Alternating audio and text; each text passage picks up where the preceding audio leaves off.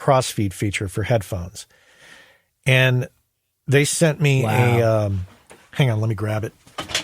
Sure. So I started thinking, okay, well, how am I going to get that crossfeed feature when I travel? And they sent me the M900 headphone box, and that has the crossfeed feature, and it's only that big. So that is awesome.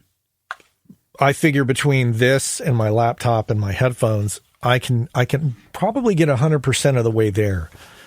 That's amazing. But I'm still considering, a small set of speakers that I can put in a bag. Maybe it's the IK Multimedias, maybe it's the Reftone 2LDs. I don't know. It's gonna be something. I did a session with there's a production duo based out of Europe called Deco, and they're based out of two different countries. One's in Sweden and one's in Austria, and they just travel. I guess before the pandemic, they used to just travel all over, just recording different artists. And we did a session in my old studio, kind of in the living room, and he just brought these two little speakers out of his bag. And I'm trying to remember what they were. They may have even been Bose or something like. I'm trying to remember what they were, but I don't remember. And he's like, okay, I'm at home now. I know what this sounds like. I'm like ready to produce it. Borrows my little MIDI controller in his laptop, going through these like these little speakers, and he was like as comfortable as anyone else. It was wild to see. Yeah, I think if you kind of change your expectations of what you need, and in my case, like I say, I've got 6 or 7 years to go here, so I'm gonna still work in a more spread out capacity, but I'm actively training myself to shrink everything down, work on headphones and a small set of speakers, and produce, radio quality stuff, album quality stuff. Yeah, that's awesome. Well, good luck with that venture. Yeah, I think it'll take me, that time to train. 6 more years. Well, however much time you have is how long it's going to take you to do it, right? That's right. And if I actively practice every single day, I think I'm getting closer to the goal. That's amazing.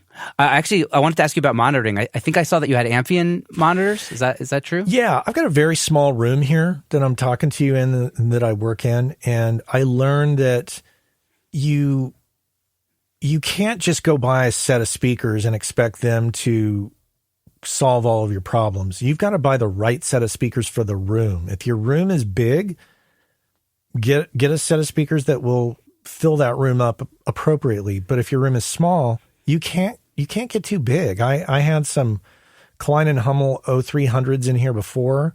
Those are now known as Neumann 0310s because Neumann bought, Sennheiser, who owns Neumann, bought the company because Sennheiser was distributing Klein and Hummel at the time. So all those Neumann speakers that you see started life out as Klein and Hummel variations. Those were cool. 3-way, 8-inch woofers, great sounding speakers, really great to work on in a bigger room. And so when I got them home and plopped them in this small room I have here, which is under 200 square feet. Okay. I was just like, wow, this is not working. What's the problem? And I tried various acoustic treatments. I tried Sonarworks. I tried it all. And finally I was like, I think I need to get a different set of speakers. And so I looked at the Amphions, and I had a friend over there who was working at the time. And I said, can you send me a pair to try out? And he goes, I will, but if you like them, or if you don't like them, you have to pay to send them back. And I was like, okay, that's fair. Fine. So he sent them over with an amp, and I turned them on, and immediately I was like, oh gosh, this is way better than it was before. So long story short, I bought them. I sold my Klein and Hummels to some friends at a studio here in the Bay Area that have a bigger room. And when I visited that bigger room and I heard him in that room, I was like, I was right. You need to have the right size speaker for the room. So how big are those woofers on those Amphions? I think these are 5, 6, or 6-inch, and the Klein and Hummels were a closed box design. These are a passive radiator design. So there's basically a speaker on the back that's not connected, but it moves as the energy in the speaker box moves. They're also, it's a closed box design, but it's with a passive radiator on the back. Yeah. So I'm actually looking at monitors that also have like a side radiator as well. So it's interesting. Yeah. And I considered Barefoots, though I think I like those as well. But these worked well for this room. And these are the 118s that they make. They make 218s, 115s, 112s. They make all kinds of sizes. And then I got the highest power amp that they had at the time. So I did that. And then I used these rough tone 2LDs. I sold my NS10s after getting these 2LDs because I just found that I was using the 2LDs way more. And I power them with the amp that I used to power my NS10s with, which is like this old Yamaha P2200 amp. It's way overpowered. And as a result, there's plenty of headroom when I'm listening, and they just feel good. They feel comfortable to listen to. Would you recommend getting passive monitors in this day and age? It depends on your setup. I was equipped for it, so I was like, doesn't bother me. I'll happily do it. In the future, when I travel, I've tried smaller amps with these ref tones, and I don't know. I like this giant amp that powers them now better. It just sounds better. So in the future, it may be, some IK multimedia powered speakers just for convenience sake. Because when you're traveling, you're probably going to be I'm probably going to be in smaller places where I'm not trying to turn them up really loud. I'm just trying to hear things in a room at a moderate, tolerable volume. So whatever speaker works for you, whether they're passive or powered, I don't really think it matters. Yeah, it's funny. Actually, Noam Levenberg, who we both know, who's been a guest on my show, and I think as well on yours as well. He's selling some Pro Acts, and I was like doing some research on amps, and just like because he had already sold his Bryston, and I was like, oh man, if I want to buy these off of him, it's going to be just such a pain in the ass to get it all working nicely, Yeah, it is, and it's once you find the setup that works for you, though, it's hard to get away from it. It's like, well, there's a comfort zone there that you don't want to depart with at all. Yeah, comfort zones are good and bad at the same time, probably. Yeah. So we all kind of have days where we're like totally in the mood to just get in front of the computer and just mix or record or whatever it is. But we all have days where we're kind of feeling a little bit less enthusiastic. Do you have any practices to stay fresh, creative in the studio? I don't work on Saturdays. Nice. I don't even walk in here. I keep that door shut. Maybe I'll pop in to just, check an email really quick. But for the most part, I stay out in the rest of the part of the house, hanging out with the family or, doing other stuff. But because I find if I'm in here 7 days a week working, I just get burnt out. And it's kind of like, it's like people. It's like if you're with somebody every single day, with them 24 hours a day, you need a break from them. And when you do that, and like you go on a trip or you go to work, get out of the house, then you miss them. And then that absence makes the heart grow fonder thought process enters into the equation. It's the same with me for audio. I have to take a break from it all and just not do it for 1 or 2 days a week. Yeah, I love that. I'm actually Sabbath observant. I keep the Jewish Sabbath, and that day off, and we don't even look at our phones or anything on, so that's been keeping me sane probably most of my adult life. I could probably use with a little bit of that in my life, even though I'm not Jewish. I think that having a day where you just don't look at your phone. Yeah. That just sounds brilliant to me. Yeah. It's wild that's kind of just been the way the law has been adapted by, most, Orthodox and conservative Jews. And it's just it's made my life so much better. Mm. So me and my wife always tell each other, this is the last thing we're giving up. Yeah. No matter what. I maybe I'll implement that. Maybe at the very least, there can be a transition where I, use a flip phone for a day, where it's like, if I need to make a call, I can, but I'm not staring at some other app on a phone. Yeah, it's rough. I'm sure you've seen the social dilemma. It is hard to break away. Once you're in it, it's so hard to break away because they have you hooked. They really do. They do a good job, don't they? Yes, they do. Of keeping you staring at that screen. Yep. Anyways, we digress. I actually wanted to ask you this question, and I'm curious what you have to say about it. But I know this is something I struggle with occasionally. Like, I know you put so much heart and soul into creating your podcast, and part of what you are is a content creator. Do you find it's difficult to balance your creative work with the work that you do for the podcast as well?